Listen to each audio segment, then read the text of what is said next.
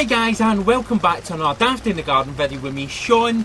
This week we are talking about soil. Now, I hope you enjoy the video, and if you do, subscribe, like and comment. Tell me what you think. If you learnt something new, let me know about it. Now let's just get on with it and we'll talk about why we're here. Let's talk about plants. Now, plants need four things to live. It needs sunlight, which in Scotland feels like you have none, but there is. It needs water, which in Scotland it has a lot of, and it needs minerals, which is food, like us, we need food to live, and it also needs air to breathe, which again is a living thing. We need air to breathe. So what do you think actually does all this? How does the plant grow? Well, it uses these things at the bottom, roots. Now these roots contain three of the components. It does the breathing, it drinks the water, and it eats the food. Now, a plant, how does the plant go about doing that? And what is the best environment for these roots to be in? Now, let's talk about the soil. The soil is made up of three components. It is made up of clay, sand and silt. Now, a lot of you might know what clay is because you've heard of clay pots and things like that. You know what sand is because you've been to the beach probably, and yeah, it's a grainy type of material. But a lot of you might be going, silt? What is silt? Now, silt is more difficult to explain, but I'm going to try my best.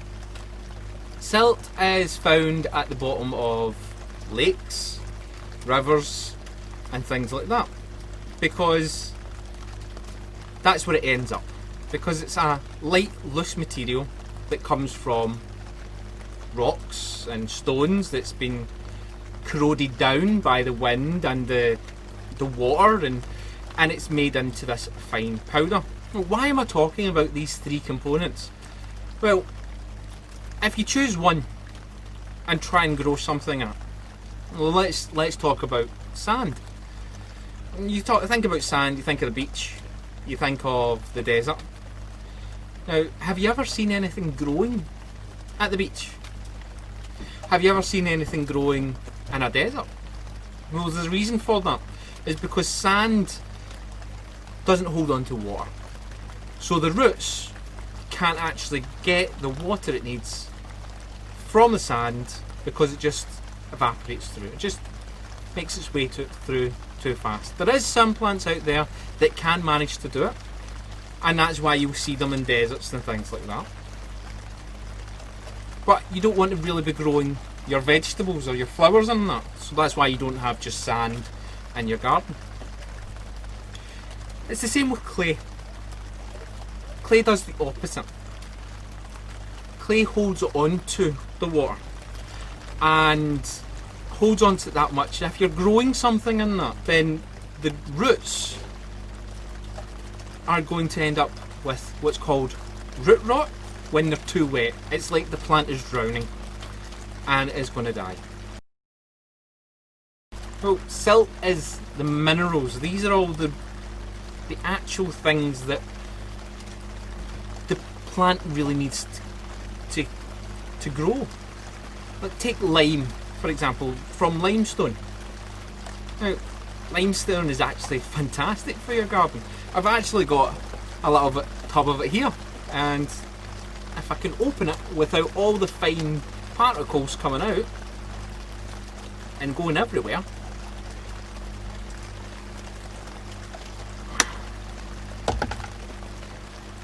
and you'll see it's just a white powder, which would be a component of silt. Okay, so you can't just grow in clay and you can't grow in sand.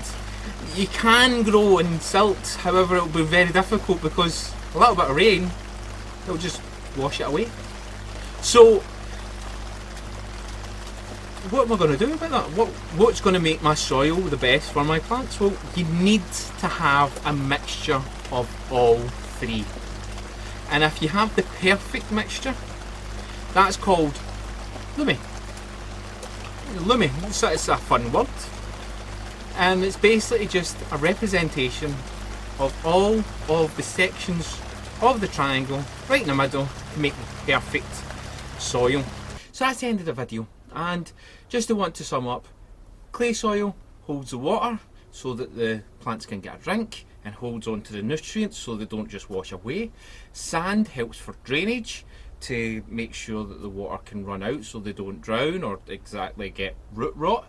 And silt is the material to actually help the plants have food and eat.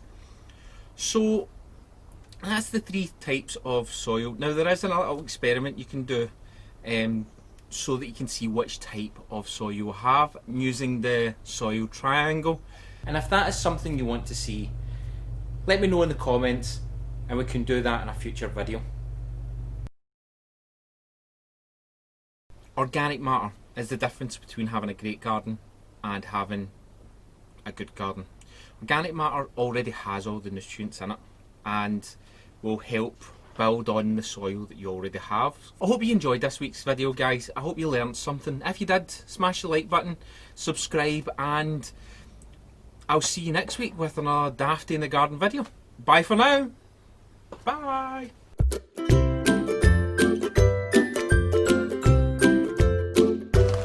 I don't like the wet.